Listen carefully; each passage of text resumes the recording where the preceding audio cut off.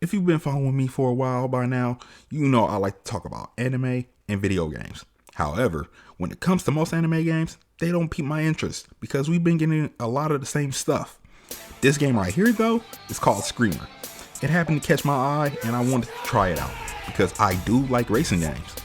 This game is developed by Milestone, which has made plenty of other racing games in the past, but the only one I was familiar with was Hot Wheels 2 Unleashed. I remember playing the first one and liking it, but didn't get a chance to play the second one. So what is this game about? Well, let me tell you. The story for this game is easy to follow. You have all these different groups of racers who join an illegal race tournament set up by a rich billionaire. The prize for the taking is $100 billion. Each group has their reasons for joining, and as you play, you'll find out their motives. The story has some cutscenes to it, but it's also told through dialogue bubbles with characters standstill images. Screamer is an arcade racing game, but with an anime aesthetic to it. The first thing I want to state about the driving in here is the drifting.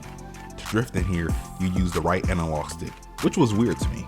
Now you can switch controls to your liking, but if you try to make drifting the same button, your car is just going to drift one way.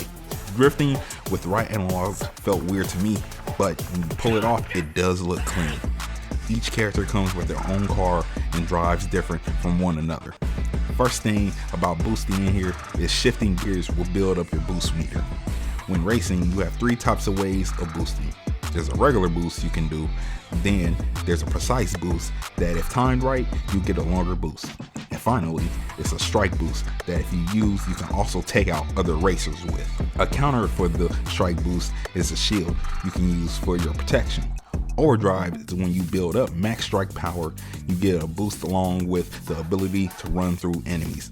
However, you're more vulnerable, and if you crash, it'll cost you.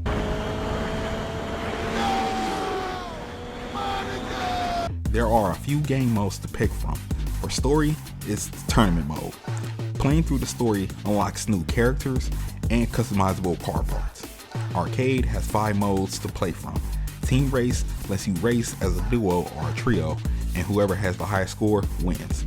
The way you score is either overtaking race positions or completely running through opponents. Checkpoint is how fast you can get to the next checkpoint until the clock hits 0. When it's over, you set a record on the leaderboards.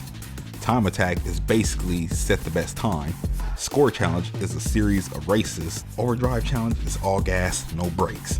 The objective is to race around the track at high speed, and the longer you drive, the more points you score. But if you crash or even graze your car, then you can kiss your ass goodbye. And of course, multiplayer. You can play online up to 16 players or kick back with some friends and play some old-fashioned 4-player split screen, which we don't see much nowadays, but it's cool to have it as an option. If this game had a slogan, it'll be all gas, no brakes. Well, maybe a little bit, but most of the time, you will be pedal to the metal. My only cons I have for this game is using the right analog for drifting and track designs. Personally, for me, I just didn't like drifting with the analog stick, and the fact that I can change it, but it couldn't just be one button to drift.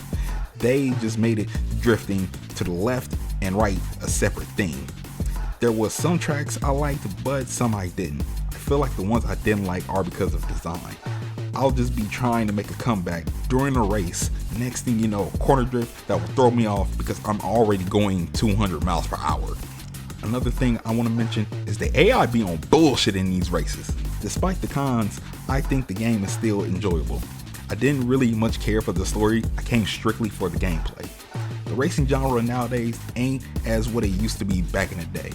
Burnout is burnt out, Need for Speed has taken its foot off the pedal, Rockstar Games won't put out another Midnight Club because their money cheat code is GTA and Red Dead, and I don't think Disney knew what they had on their hands with Split Second. Seriously, I'm gonna need someone to take that IP from Disney because they not doing shit with it.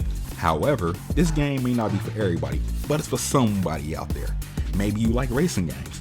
Maybe you miss the nostalgic feel of classic racing games, or maybe you're not into racing. It's all about family. But my family is family. You don't turn your back on family. Whatever it may be, as long as you're enjoying the game. Screamer is $60, but I feel like you could wait on this game to go on sale to play. If you're a fan of the anime's Initial D or MF Ghost, then I could kind of see this being up your alley. This ain't a game that I say you must play, however, I wanted to bring attention to a smaller title because we have so many games dropping this year. And that's why I call this one game a hidden gem. Have you played Screamer? If so, let me know in the comments what you think about it, or even tell me about a racing series that you enjoyed or like to see come back. If you want to support a brother, hit that like button, subscribe to the channel, hit that bell noti. You can also check out my other content on here and on other social platforms. Links are in the description below. This has been another hidden gem video from your boy Mufasa Uncaged, and I'll holla at y'all in the next one. Peace.